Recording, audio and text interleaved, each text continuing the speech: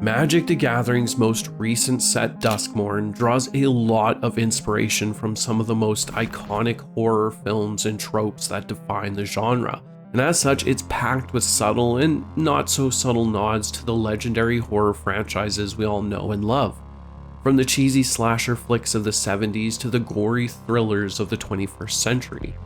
In this video, I will be showcasing every reference I could find in this set, explaining the connections to the films, exploring the origins of these iconic moments, and uncovering the chilling inspirations that brought these cards and this set to life.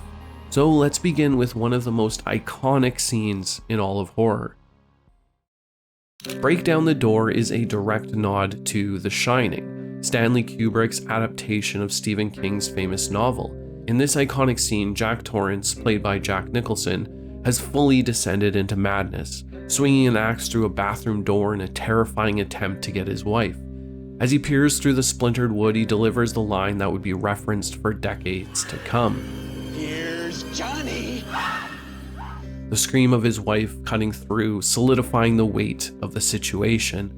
Nicholson's unhinged performance, combined with Kubrick's meticulous directing, turned this scene into one of the most referenced in all of horror.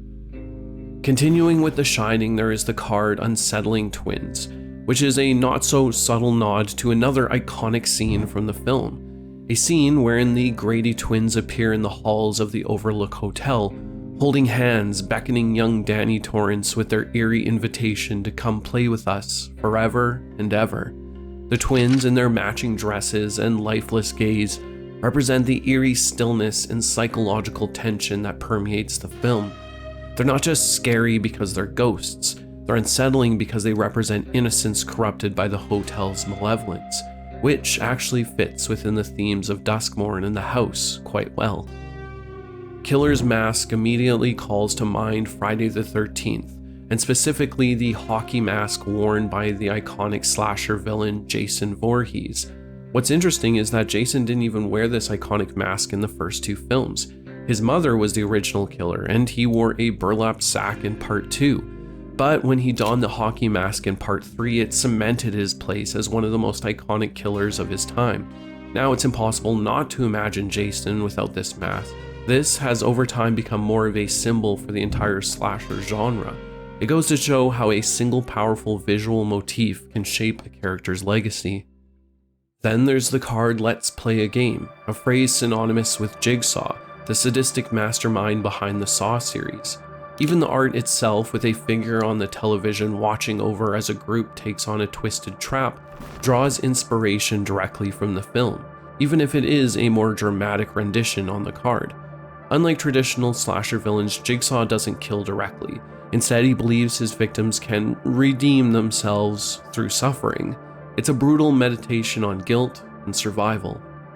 Which walks us right into the next card, Grab the Prize, which captures the visceral, stomach-churning nature of Jigsaw's traps, testing their will to live through horrific physical challenges. Many of his games require participants to retrieve a key or some object necessary for survival, but it's never that simple. Often retrieving the item requires self-mutilation, whether it's cutting into flesh or breaking bones, which ends up being the gruesome appeal of the films in the first place. Orphans of the Wheat instantly brings to mind the film Children of the Corn, based on Stephen King's short story. In the film, a group of children in a rural Nebraska town have formed a murderous cult, worshipping a deity called He Who Walks Behind the Roads. The story taps into fears of isolation and the dread built up in remote rural spaces, where one is often a long way from any help. The children's fanatical devotion create a suffocating tension that makes the film a disturbing exploration of cult behavior and religious extremism. With the cards split up, we move away from one specific film and dive into one of the most infamous and frustrating tropes played out in countless horror films. Whether it's the Texas Chainsaw Massacre, the Blair Witch Project, or nearly any slasher flick you can think of. Splitting up is a guaranteed way for a character to meet their grisly end, which becomes the point of the film entirely. Clockwork Percussionist draws inspiration from the 1984 film The Devil's Gift, a lesser-known horror film about a cursed toy monkey with symbols. You see, each time the monkey claps, something tragic occurs, turning an innocent, childlike object into a harbinger of doom. The slow burn dread of the devil's gift hinges on the audience's growing awareness that this seemingly harmless toy is anything but. Speaking of haunted toys, Arabella Abandoned Doll is a clear nod to the Conjuring universe, specifically the haunted doll Annabelle. Annabelle would eventually become an icon of the franchise, receiving her own spin-off trilogy. While Annabelle isn't the primary antagonist, her presence is deeply unsettling, and she seems to attract and amplify demonic forces. As you said, dolls have long been used in horror to symbolize innocence turned evil, but Annabelle takes that concept further, embodying a silent, malevolent force that feels ancient and beyond human understanding. Turn Inside Out takes its gruesome inspiration from Stephen King's It, and more specifically the terrifying Pennywise the Clown, with that painted white smile that hides a vile, twisted monster. Pennywise as a character thrives on fear, warping reality for his victims and manifesting their deepest, most personal terrors. The phrase "turn inside out" becomes both metaphorical and literal in the world of It, as Pennywise doesn't just warp its body in gruesome ways, but warps the psyche of his victims as well. The next card is Omnivorous Flytrap, which is a clear nod to Little Shop of Horrors and its carnivorous plant Audrey 2. The horror comedy, which has had many renditions over the years from screen to stage, follows the growth of Audrey 2, a sentient plant that demands human blood to grow. As the plant's hungers grow, so does its manipulation of the hapless protagonist, Seymour. What starts as a quirky story about an unusual plant spirals into a dark tale of greed and sacrifice, with Audrey 2's increasingly menacing presence escalating the horror as the story unfolds. Disturbing Mirth is a card that references the Hellraiser series, which began with the twisted mind of Clive Barker in 1987. This film series explores the extremes of pain and pleasure. The focal point of the series, and the ones who inflict this pain, are the Cenobites, led by Pinhead. Their sense of enjoyment comes from exploring the boundaries of human extremes, particularly in the realm of suffering. The Hellraiser series hinges on body horror, one that is uniquely disturbing because it challenges the audience's perception of pleasure, making the terrifying suggestion that what we fear most might be what we most desire as well. Found footage is another one of those cards that references a trope, but a trope that has to give its credits to the film The Blair Witch Project, which pioneered the found footage style in horror. Released in 1999, the film follows three filmmakers who venture into the woods to document a local legend, only to vanish without a trace. The movie's use of handheld cameras and documentary-style filming makes it feel incredibly raw and real, immersing viewers in the characters' growing terror.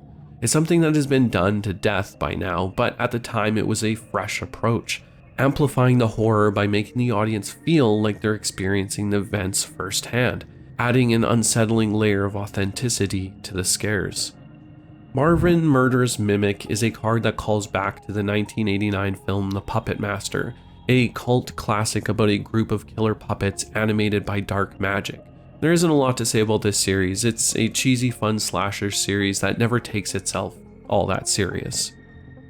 The Jolly Balloon Man is an interesting reference. At first I thought it had to do with It, but I believe it's actually a light reference to the manga short Hanging Balloons by Junji Ito, the surrealist horror icon who spawned many twisted stories over the course of his life.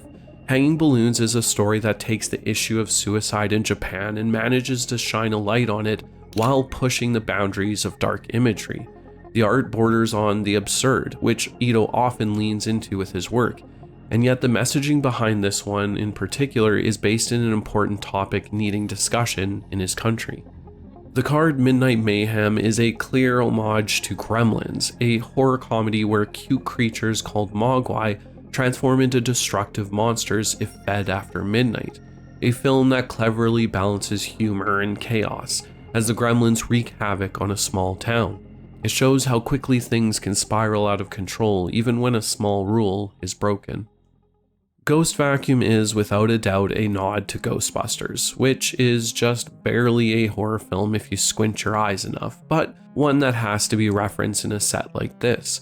The 1984 film Ghostbusters is a story about a team of paranormal investigators who use specialized equipment to capture and contain ghosts. This tool is synonymous with the series and an item that even people who have not watched the films can call out easily. For this one, I combined two cards, Etched Cornfield and Fear of Abduction, both of which take their inspiration from our own fear of aliens and the films that spawn from this.